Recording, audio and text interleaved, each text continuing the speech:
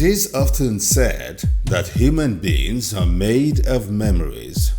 Little wonder then that all through the ages, humans have made conscientious efforts to capture, document, and archive moments through various forms of media such as writing, drawing, carving, sculpturing, painting, audiovisual recordings, and photography, among others. Despite widespread accessibility of photography equipment in contemporary times, many savvy photographers are recording exponential success in the photography business by employing deep innovative thinking, impressive branding concepts, strategic business development ideas, brilliant marketing, and some other contemporary business principles and practices. On this episode, our crew tracked down one of such persons to explore the evolution of his success in the photography business. Welcome, Olamidipupo Akinpelu, founder, CEO, Olere Photography. How did this journey into photography as a profession begin for you? Started about 10 years ago. Right. And 8 years now in business, and I've been enjoying myself. So it's not easy, but it's worth it. It's been interesting. Very, very interesting. If I understand you correctly, you've been into it for 10 years, but Exactly. professionally for 8 years. Exactly. Does that mean that you spent the first 2 years as an apprentice? Exactly. Oh, how did you get into photography? Is it something you'd always planned to do, or was something you stumbled into by accident? Well, I would say by accident. Okay. I realized my parents were unable to foot my bills in school. So I was just moving all around, and I met Dr. Boyega Lemide. He happens to be a veterinary doctor, and he was doing photography alongside. Okay. So, and I approached him, and You met a vet doctor who owned a photography studio. Exactly, yes. And Yeah, sure. So he decided to just bring me on board. did you just tell him to come and train you, or something happened that prompted him to ask you to come and be his Yes. apprentice? Then digital photography was just coming into limelight then. Digital So photography was new. So it was around. about setting up a studio to be doing digital photography there. So, and it needs somebody to just be in place. So that was when I actually approached him. So everything just worked together for their good that period of time. So Before then, what were you into? yeah, before then I was in Ede and studying statistics then. So Federal Polytechnic. exactly, sure. Okay. So trying to find the balance, Professionally, what were you doing before photography came in? I learned computer graphics design. They call it desktop publishing there. Exactly. You learned it on the streets. Yeah, let's say on the streets. Yeah, exactly. Sure. Learned it on the streets. So that's the only thing I have, So you had a skill set in Exactly. Before I actually Computer met. Exactly, sure. operations and Exactly. graphics design. Graphic design. And that was what you used to pitch yourself Exactly. to Dr. Elemide, Exactly. who decided to take you on as an apprentice. How long did you spend in apprenticeship with him? I spent 1 year. And then you set up after 1 year? And I actually moved to another studio to learn and work so that I can have more experience, because you can't just say you are okay with the little knowledge you have from one boss. So you didn't set up immediately I after? don't set up immediately. You went to look for another place? Things is not easy for me. Like when I was growing up, things is not easy for me. I don't really find everything easy. So you have to fund your own training, Exactly, sure. and your own existence Exactly. while growing up. Exactly. You didn't have There is people no, who could there is no, sponsor your there is no, living. there is no golden spoon anywhere. So your living expense was funded by you. Exactly. And what that means is that while you're learning, you have to be doing something to rake in some Exactly. money Sure. to at least feed yourself. Feed myself. So what did you do when you left Dr. Lemide's apprenticeship training? I Immediately actually moved to Osogbo to work with a studio called Studio 73, and working there actually gave me some kind of experience and give me some kind of knowledge to understand some technicalities of studio photography. Okay. Then, because So I you really sought want out to do this studio then. I mean, the whole of Ibadan. You couldn't find a studio. I actually tried other studios before I actually go to there, but it's not just working. So at that time, you were conscious of who you trained under. Exactly. Was that because I want to be productive. Yeah, but there were many studios in Ibadan, honestly, that you could have trained with. Sometimes not everybody accepts you the way you are.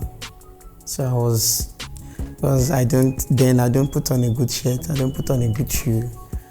If you see me, you can just say, okay, I just want to be his friend because you understand. Out of pity. Exactly. Okay. So people that actually took me in, they just see, okay, fine, there is something good about this guy. Let's just take it in. So when you started out, you were not somebody who's, because of your economic situation and because of the fact that you didn't have anyone who was bankrolling your existence or giving you money to feed, your appearance alone would not even want to make the studios to take you on. Exactly. As a journeyman or apprentice. Yeah. They weren't looking at your skill set or your ambition. They were looking more at your appearance. Exactly. And it was only in Osogbo that you could get such. Thank God to Basi. Who is Basi? Basi Ekong. Basi Ekong happens to be the operation manager at Studio 73 then, because it was set up like an industry. You understand? Studio 73 was set up like an industry. Like an industry. In fact, they have a small amount of gadgets, but they are doing something very big because they actually came into Osogbo then to spark up, things that usually happen in town. So everybody wants to be part of Studio 73. Okay. Coming up. I heard that when you got to Osogbo to seek out the Studio 73, they interviewed you and you failed the interview. I failed the interview. So it is true. It is true, yes. What were the things they asked you at the interview? He asked me, that was one funny question he asked me. He said, at what position do you put your subject when you want to photograph?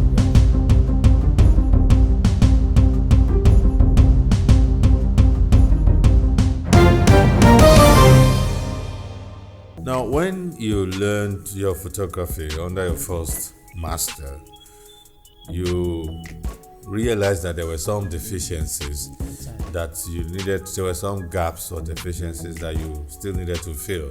And that's why you sought out another studio in a place as far as Osogbo, just to level up, and fill up those deficiencies. What were the deficiencies? The technicality of, light, because photography is more than cameras. Because I found out people don't praise camera, they only praise the brain behind it.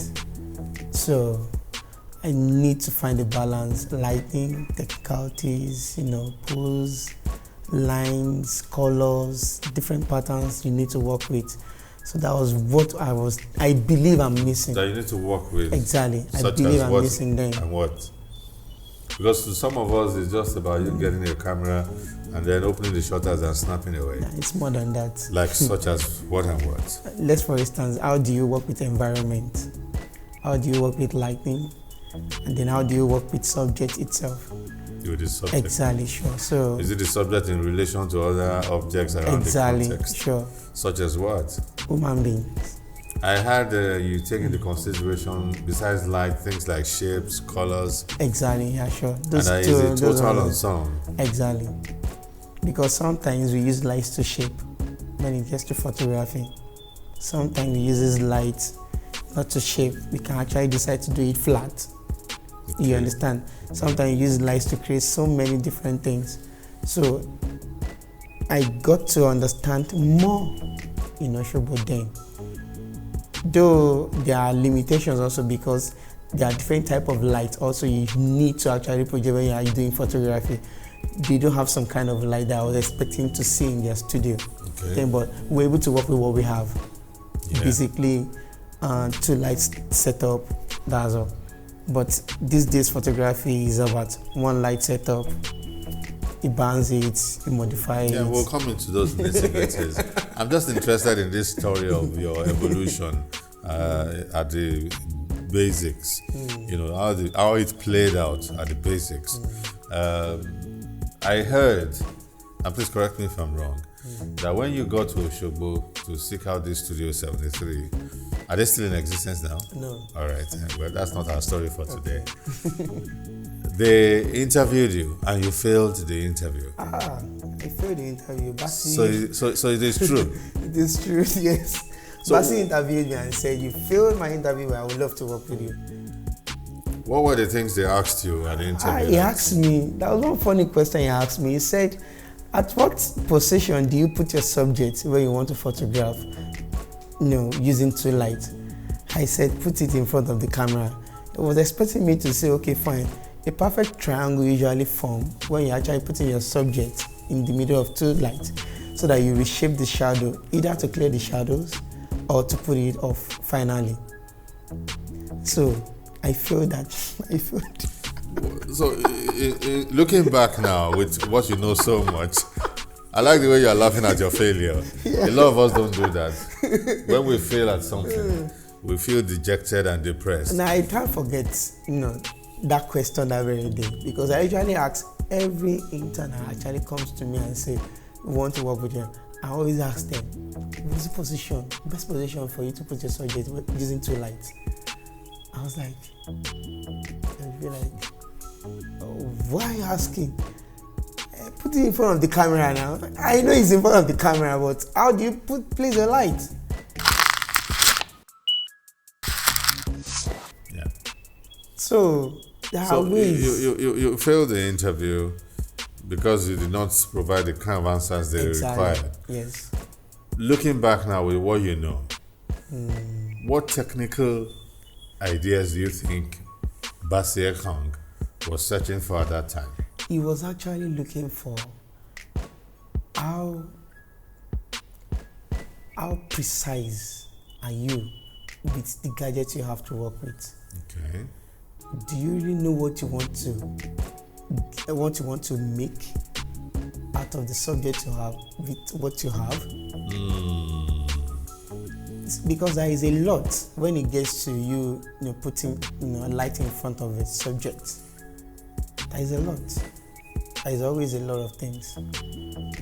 If you don't consider the environment, you consider the subject. If you don't consider the subject, consider the opacity of the light on the subject.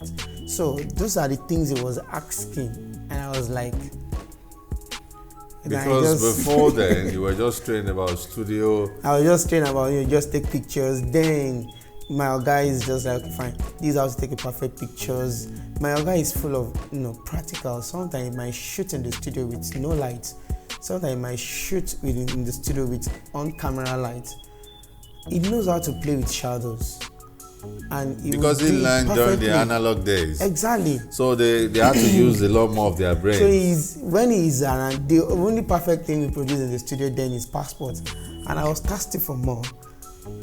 You were thirsty. I need to. And that thirst is what made you to search all the way to Oshogbo. Exactly. Now, thank God you came back to Ibadan after your training in Oshogbo. Yeah. And then you were able to commence professionally. Exactly. Immediately thereafter. Yes. In those intervening years, have you embarked on any form of training at all? There was a time I was... Or your training stopped? No, I still train the more. I do How regularly? How regularly? Yeah, almost every day. I read blogs. I watch videos. Because somebody told I buy me. Courses and Okay. I buy online courses. You buy courses online? Online, exactly, sure. I don't miss that one. You and do webinars? I do webinar. Workshops, always, seminars? Always, I do webinar. You say always. I like the way you said always. Always. I do webinar always. But you are regarded as someone who is on top of his game by all and sundry. One would expect that you're already graduated. You don't have to learn anything anymore. There is always a space in the front if you are willing to just take the step. And one of the things that can take you to the next level is by learning. Because any new things comes up every day. New True. things just comes. New True. things surface. So the way to remain on top these days is for you to continuously upgrade and up Exactly. Not just upgrading alone. You have to your upgrade knowledge and skill base. Exactly. You have to always put yourself also on spotlight. Like, what is trending? What is in vogue? Just be there.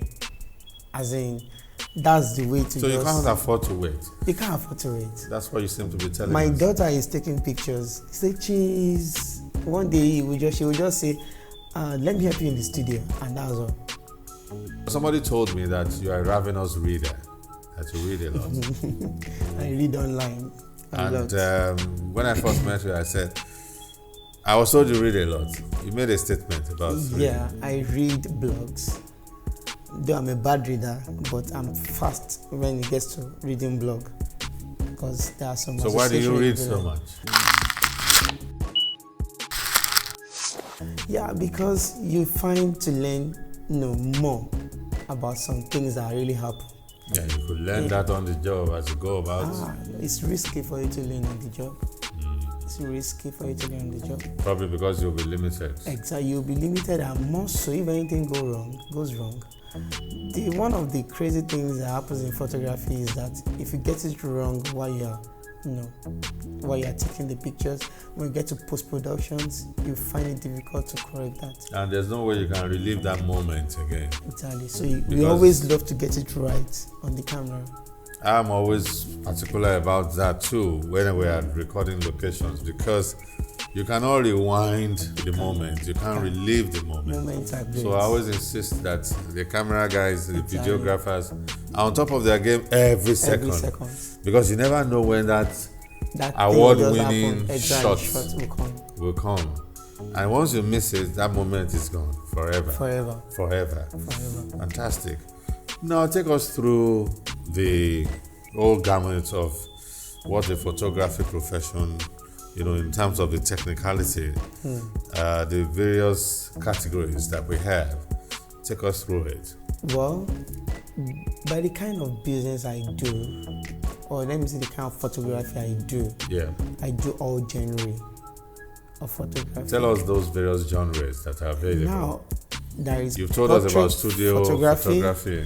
Yeah, studio photography is just like a general.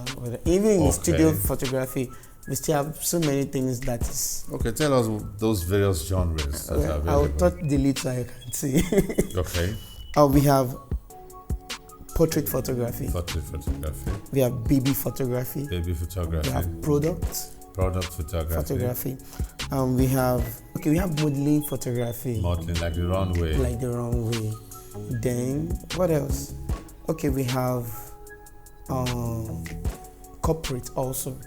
Corporate? Exactly. Okay, like when you have a time to do corporate shoot for some organization, they can lock your studio down for like 2, 3, 4, 5 days. What about you do their shoots one after the other? They're coming. So corporate photography is which other genre? I think we should be okay right now. There is liquid. I'm a very greedy person when it comes to soaking up valuable information. Yeah, I can understand. What about those red carpet events that they hold these days? Yeah, the red carpet events, we can just put that one under event photography. Event coverage. Because it starts from, even event coverage too can still be divided into different sections. Yeah. We have wedding photography, which is one of the biggest in history of photography these days. Yeah. Wedding photography, the other form of event also, concert photography, different one, exactly. So it depends on where you actually put yourself, exactly, sure. So there are some people even that does liquid photography also. Exactly, sure. It's how do you practice liquid photography? Yeah. Do they snap liquid? Yeah, they snap liquid. They as actually pouring it? Exactly, sure. Sometimes we can actually drop something into the liquid. By the time it splash, we actually freeze that moment. So there are some technicalities in it also. Yeah. There's some technicalities in it also. It's not as if they'll go underwater and start shooting. There is underwater photography also. You just mentioned that yourself. Well, yeah. Yeah, I've seen a wedding underwater. Wedding underwater. Exactly, sure. Well, they will have to pay me to be a guest. Now, as a photographer, you would have a lot of demands, on your aesthetics quality, because people are very, very emotional about their photographs, as I've come to discover.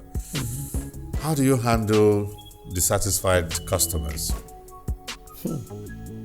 I mean, you've done this work, you think it's a great job, and then the owner comes and he says, "What's this?" That's deep. I could remember I did an image for a particular family. I titled the shot "The Man's Goal." The man's goal. Goal. Whereby I insert all the family into the man's head. All the family members. Into the man's head. The children, father, the wife. mother, children. And lo and behold, the wife just said, "I don't like this. It scares me." And the amount we actually put into it is very high. And I just have to write something about it. When I wrote something about it, I put it online. And lo and behold, she now called me and said, "Number one, why did you put that picture online? Number two, I love the picture now. Number three, how much do we pay? Number four, send the account number." Really? And she had ranted and raked earlier that I don't like this picture. And you were thinking, what am I going to do with Until when she had other people's comments. And people were like, I was so scared also, because I was always scared of putting things like that out. Then my wife said,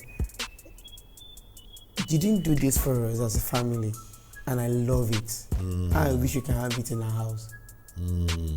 You understand? So I had a kind of encouragement from her, and she was like, "Okay, fine." So if my wife said, "Okay, this is good, fine, let's quickly do it." And I have one intern guy. That guy is very naughty. He will say, "This thing, every family must have it, Oga. Olorun. Let's market this." I was like, no family wants to see their heads on the billboard outside. Don't worry, we'll be doing it slow and steady, gradually. So any family that wants it, we'll make a request for it. So by the time you pushed that picture online, it was a desperate measure on your part. Because the cost of production was so high, that you just didn't want to discard it. Exactly. At the same time, you knew too much that you shouldn't push it down the throat of that woman at the time, because she might. So the comments of people online persuaded her. And even give me more as an encouragement to actually do more. Okay. Exactly. Coming up. There is one secret that is, that people need to understand, that one image can sell you to the world. What image can sell? Image can sell just you to one the world. image. Just one image can sell you to the world. Can sell you to the world. So, which image or images would you say have skyrocketed your career as a photographer? That was one I did about 2 years ago.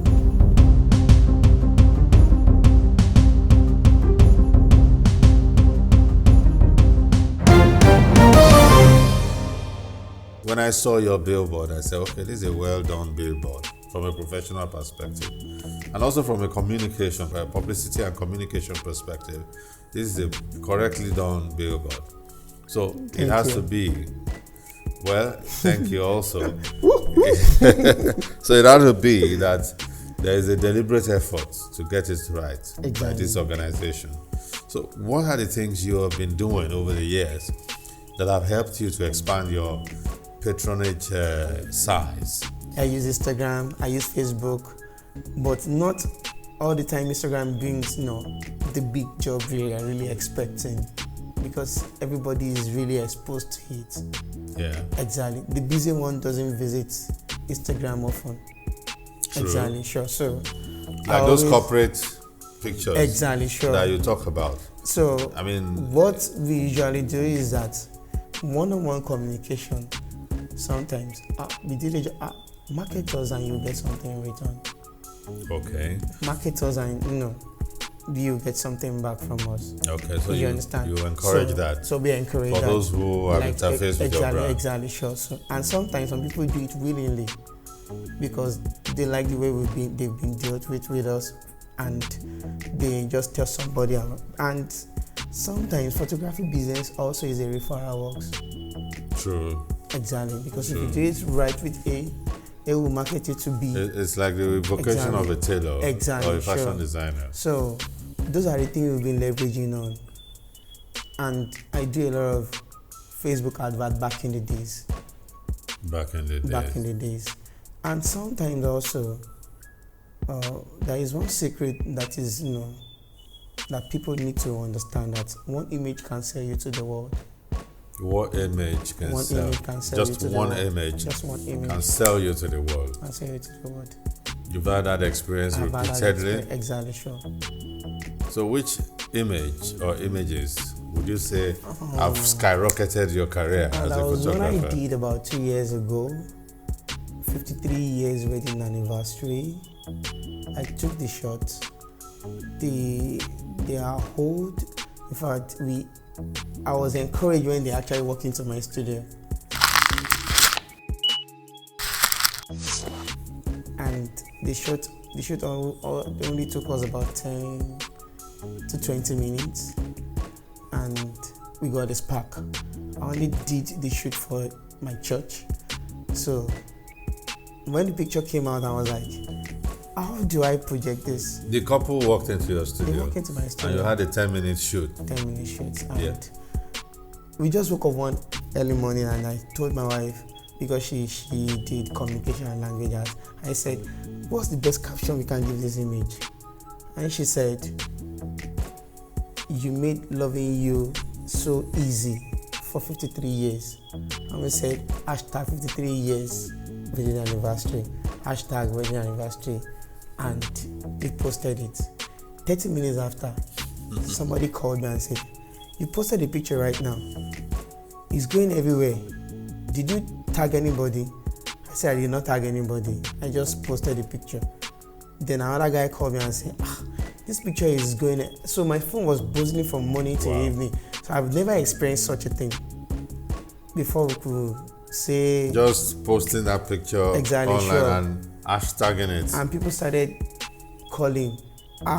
We've missed you. We are now in America. How can we do this? How can we do that? Hey, we don't know you're different calls. One lady even sent money from America. I'll do a big billboard, do a big, advert for this couple.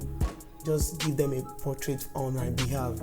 Really? Without knowing the couple? Without knowing the couple. She just fell in love with the picture and the couple. Different stories. It was everywhere. Ghana, US, in fact, London. Just one picture. Traveled Linda around. Ikeji. Linda Ikeji. As in, everybody was just like, okay, fine. You virtually made the couple celebrity couple. People overnight. come from different angles to interview them. The funny thing is just that. To interview this couple. Exactly. And it was that huge. Very huge. The quantum what makes attention the whole thing goes, the picture got crazy online. was that Olamide just posted and said, "True love never dies," and he released a song that very day, and it was just like, everybody was like, in fact, radio station was just discussing about the image and say there are stars in the bottom. I tell you, one great photographer just did an image. Everybody, different radio stations, and I was like, this is just something I do every day. I just did this every day, and it was everywhere. And it's even a 10-minute shoot. Yes. Whereas you will have some shoot that will be 3, 4, 5 hours. Exactly, sure. And another picture that really, got me to the limelight is when I actually took my baby at 9 months. I just told my wife, let's do it. She has a long hair. Let's do the hair. And we did the hair, and immediately, behold and behold, we posted the picture in the morning, and everybody was just sharing. Baby at 9 months, be cute, daughter of a photographer, they come shine bright in front of the lens, and I'm like, yeah. so a picture sometimes can just sell you, and before you know it, you're everywhere.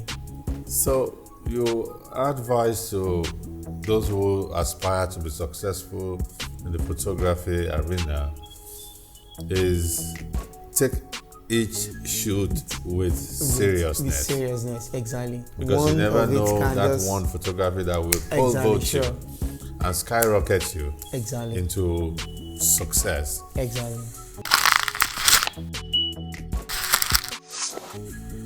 Now, I reckon that when this happened, these photographs that skyrocketed your brand at the time, it ignited the momentum for you. Exactly. What were the things you did to keep the momentum going thereafter? Well, I never stopped creating images. Yeah. Because, and not just images now, I never stopped creating images that will speak louder than my voice. Because I realized is that if you actually drop down the quality of your images, your brand, will get stuck. Okay. And if you are stuck, you might not get, finals. You might not get, things that will get, because sometimes to get content these days is crazy. Yeah. We have a lot of good photographers, but to get content. How do you mean content? Yeah, content in the sense that what do you want to put in front of your lens? Not everybody have that chance. The subject. Exactly, not everybody have that chance. And to get a subject, done, you need a lot of people to come in to play for you. Makeup artist, model agency, different things and all that. Because everything is having offices now. Yeah. Exactly. So before you can get it right from that perspective, and if you do a shoot with other vendors or with other brands and it doesn't really come out the way you're expecting, that's a flop. That's a flop. So those vendors might not really be willing to work with you again. Work with you again. Especially for those corporate photography that you talked about earlier, or the runway photography. Exactly. And those are the high money spinners after bridals anyway. Yes. So you seem to be telling us that creativity is what gives edge now in photography business. What gives edge. Because and back in the day, all we do is our mom would just pack us to a studio. I was visiting my father some years ago, some 10, 12 years ago, about 12 years, if not more. And as I sat in the living room, I was looking at all the photographs on the wall, and I observed that it was the same posture that we all evidenced in. The one that we took when I was 5, 6 years old. Okay. The one we took when I was 10. The one we took when I was 11. Virtually, all the photographs, there's a way all of us were just standing there. Yes. And that was it. Don't shake. And guess what? The same photographer that took my parents when they got married is the same photographer that took us till the man died. The man died in his 80s. Wow. And he was our family photographer. He died when I was around 16 years old. So what I'm trying to say is that at that time it didn't matter. All that mattered is go to the studio, take the photographs, you go back home, and when they deliver the frames, you hang it on the wall and everybody's happy. So now you're saying you have to go the extra mile. You have to go extra mile. And creativity is the thing that sells. It's the thing that sells. So it's not just about the objects before you. The most painful of it all is that you can't learn creativity. You cannot learn creativity. But it can be inspired from you. You can't teach. I can't teach you to be creative. I can only inspire you. If it's already there. If it's already there. So I can just help you bring it out. So if a photographer doesn't have that creative imagination, if you cannot see beyond the lens, if you cannot see beyond the environment, if you cannot see beyond the subject, you might not be able to wow the subject. And the beauty of it is just that everybody takes pictures with their phone, friend's phone. And you have all this editing software. on phone, Citizen exactly, apps sure, apps. everywhere. That makes it just, even you just have almost- to do that extraordinary thing. And with 15,000 naira now, you can buy a photography printer. Yeah. So you can snap with your Can phone, just snap and just get home and print it out, Yeah. and you don't need to. And then I can walk into a store to buy a photo frame and voila. Yeah, you have know. a picture. So the photographer has to go there. Is that the reason why you guys have encroached in our territory? Because these days you find photographers doing what set designers do in movie, filmmaking, television, and movies. You find them going to the market to buy props, to buy costumes, to look for models, to even look for actors. Yes. And I asked, why are you going through all this stress? He says, oh, I want to do some baby shoot and I want to have, so this is the concept in my head. So you're putting a storyboard together. Exactly, together. And that's the domain of movie making. And Yeah. Before, if you want to take pictures, we say a picture speaks 1,000 words. Sorry? Before, Yeah. when we want to take a picture, we say a picture speaks 1,000 words. Yeah. But now, we go 1,000 miles to get one picture done. Yeah. And that explains all of the troubles in quotes. Exactly, sure. Of getting props, costumes, you just have to. and then balancing lights. You just have to. Even makeup artists now, you bring them into the studio. Bring in. So when somebody walks into your studio or makes a call to you that, I want to do a pre-wedding shoot, and my wife and I, this is the theme we have in our head, this is what we like, and so on. You are telling yourself, dude, which concept am I going to? That's the first Because back in the day when you get such calls, all you do is just hijack your camera and say, which go. location? Okay, I'm on my way. And you dress up. So now the first thing you're doing is what? Create a storyboard for them. Since they have a team, create a storyboard. What are the kind of questions you'll be asking them? I don't need to ask them a question. Once they tell me the thing. But if they don't tell that, if they just call you and say, pre-wedding shoot. Yeah, if actually a couple calls me and say pre-wedding shoot, the first question I usually ask them, do you want to take the studio pictures or do you want an environment that is different? If they say, we love a serene green environment, Okay. then I will know that fine, we are going to use nature, green grass, blue sky. So what happens on green grass, blue sky? Then I start thinking and ask them a question. What are you wearing? So once they show me what they are wearing, I can now later go back and say, okay, this is the things we need. We need this camera. We need this type of light. We need this type of stand. We need this, we need that. So after taking note of those things we need, then I'll now go back to them. I'll now start asking questions. Who first make the first move? Then who first shared nights? So I'll now know the kind of things I'm going to tell them to do. Because from what we ask them, that is where we get the postures we actually give to bride and groom. So you get a brief. Get a brief. It's always very important. And that brief helps you to put together a production plan. Exactly, sure. Because that's what we do in television production.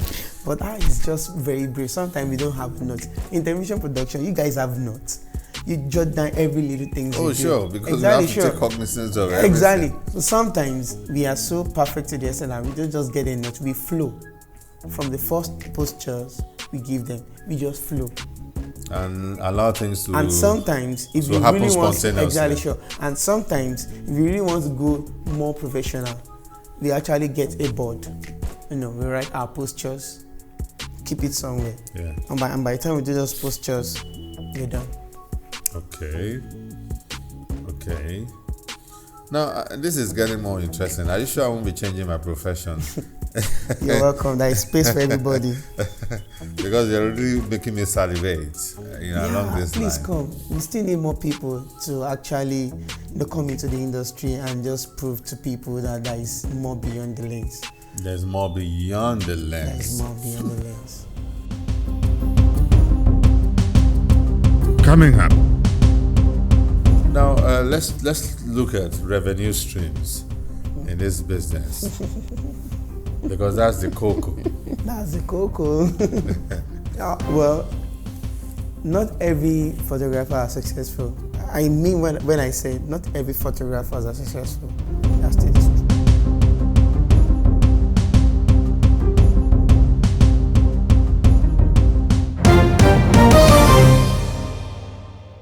Which takes me to something I've been itching to find out from you. There are some people who take photography mainly for artistic purposes. Yeah. They're not interested in capturing moments, because all of the things you've highlighted, save for maybe corporate photography and maybe runway photography, maybe all of the other things you've highlighted as genres are just to capture moments. Exactly. And then archive them, document them properly. Yes. In ways that will provoke certain emotions, over time. But this set of people are not interested in capturing moments like your wedding or your baby growing up or your baby at 9 months or something. They just want to take photography like art forms. Where do we place this kind of people? Yeah, we call them artists also. Photo artists. I know photojournalists. We will call them photo artists. Okay. But I usually call them artists because they create art, basically. Because we knew them back in the day when photography didn't require all these creative And efforts. most of their pictures sometimes is being staged. Okay. Some staged, some unaware. Some are spontaneous. Exactly. There are some that actually captures nature.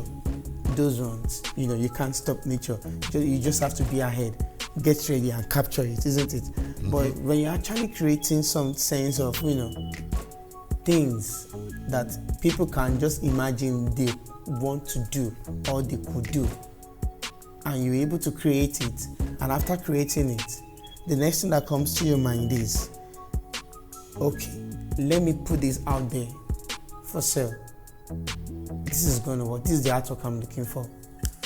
And before you knew it, they sell it.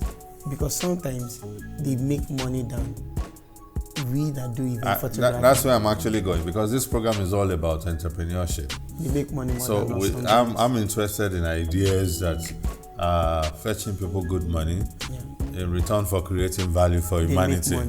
They make money. And I know that photo artists, as you have told me now, there are some works that what they make out of it is in millions of naira. Yeah, exactly. Just one snap and they frame it and they're making millions. I know of photo artists who have sold their work for millions of naira before. Yes. And that's why I asked that question. One thing about them is just that sometimes they don't work regularly. Yeah. They have a season for their job, and then after their job, after taking series of pictures, they sit down in one environment to just collate and just select and just do their artistic things into the pictures. So the first thing that comes to their mind is exhibition. They exhibit always. Yeah, I have a photo artistic guy. He's presently now in US. The guy can actually take one picture in 1 month, and after 6 months we just see him reach and say, guy, what happened now? Sometimes he sells his artworks to US, sent to US, sent to UK, sometimes Switzerland, Netherlands, and most of the time also he win competitions also. Yeah. Exactly. So that's apply for competitions. So he apply for competitions too. So sometimes he win $5,000, $3,000, $1,000, $500. So it depends. So it's another genre of photography that is time consuming but if you are not well and rightly placed, you might get it wrong. Now, let's look at revenue streams in this business because that's the cocoa. That's the cocoa. Okay. I like the way you smile and you rub your hand. Well, not every photographer are successful. I mean, when I say not every photographers are successful, there are still the struggle ones. Yeah. Then I'll say sometimes the environment will affect your revenue sometimes. The environment in which you The operate. environment which you operate. Socio-economic environment. Exactly, sometimes. So you expect people to factor in the socio-economic variables Exactly, you just prevalent in the environment of operation before they begin to set up their craft. Yes, that's so very important. Yeah, in marketing, place, that is location, is a primary key factor. So you seem to be telling us that in spite of all the list of revenues options that I highlighted, you may not be able to take advantage of all these revenue options if you don't take cognizance of your environment in relation to your operation. Yes. So if your own interest is in studio photography, there are places where you can try, there are places where you cannot try. You cannot try it. If your own is corporate photography, there are places where you can thrive. Exactly. There are places where you cannot thrive. Yes. But can't you leverage on social media these days? Can't I go to Oyekiti and set up, for instance, and want to be a corporate photographer and just use Instagram and other internet facilities to project my craft? Well, if you actually know how to put yourself in the mind of people, because photography business is not a business that can be found anywhere. Anybody can just stand up and say, I'm doing photography today. It's not like a carved business that you need to get a license for. You understand? Yeah. It's an open business. It's an open business. Anybody can come in anytime. So far, you know how to defend yourself, you know how to sell your work and all that. Fine, cool. So that's it. That's danger in it. It's very, very dangerous. So you're saying that I may not be successful. You have to consider your environment. What is selling in that environment? You never said yes, you never said no. But I'll let you be. Yeah, proper of your mind. You say so much without saying anything. But it's okay. I mean, you're our guest on the show, and we will not want to stress you too much. Thank you very much. But one thing we must stress you on, which if you don't give us, you're not going to leave the show. We'll all sleep in the studio today. It's still that revenue stream. It's critical. It's critical. There are a lot of innovative ideas that photographers are bringing up today. Tell us the ones that you have used that have worked for you. The one that I've used that have worked for me is my studio setup. Okay. The moment I actually set up my studio, though I actually started photography business setting up a studio. So I've been running a studio for the past 6 years or 7 years now, and I've not really gotten that perfect location for it because I really want to explore more. Because if you want to practice studio photography, you need a space. A good space. A good space. Meaning? That, a space that is big and tall. Big and so that you can create so many things, so that even though if you are not shooting, another person can walk into the studio and say they want to rent your stuff. You understand? So you need an expansive space. Exactly, and a space that has a high ceiling. Exactly. Okay. So that even though you are not doing photography, you can do videography production in your studio. That is what is really, really selling. So this is your setup that you consider as a winning tool in your business now. What are the elements that define that innovation in that setup? Let me put it this way. Okay, fine. To set up a standard studio, yeah, that will really, really work for you, there are some basic things you need. You need a very good camera, and you need a very good lighting setup, and you need a very good background, which is three key things for a portrait photographers. Three key things that portrait photographers must have: a very good background, a very good lighting, a very good camera. So if those three things are in place for you, then definitely you should be able to create a stunning images. But you have gone an extra mile. Exactly, sure. To get some other gadgets that you are not willing to mention now. What else? When you have a very good light.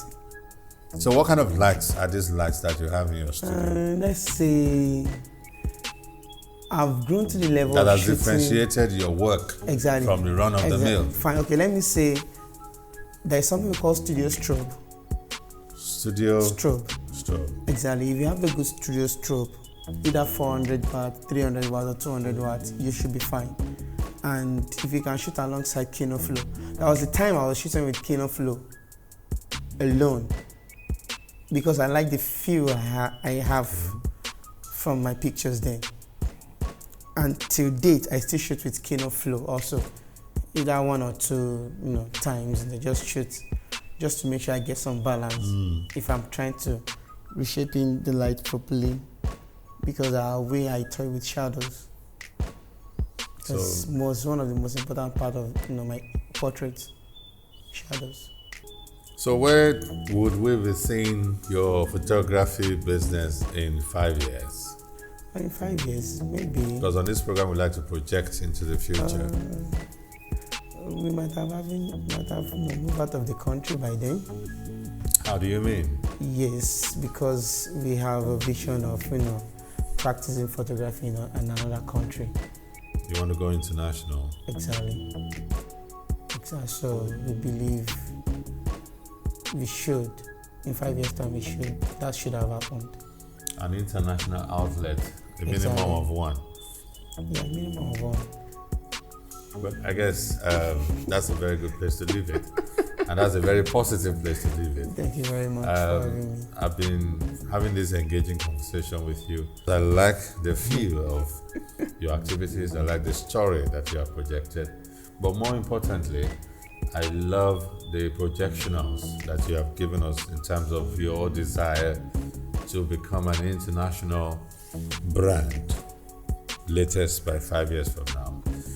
And I say, on that very positive note, I say, thank you very much. Kudos, well done, good luck. Thank you very much. And this is your very noble aspiration. Well, I've been speaking with Mr. Olamide Pupo Akinpelu, Olere Photography. Yes, please. And we've been sharing insights and having this conversation around the photography business. On that note, we call it wraps on the program. Thanks so very much for being there with us. Until next time, I say bye-bye.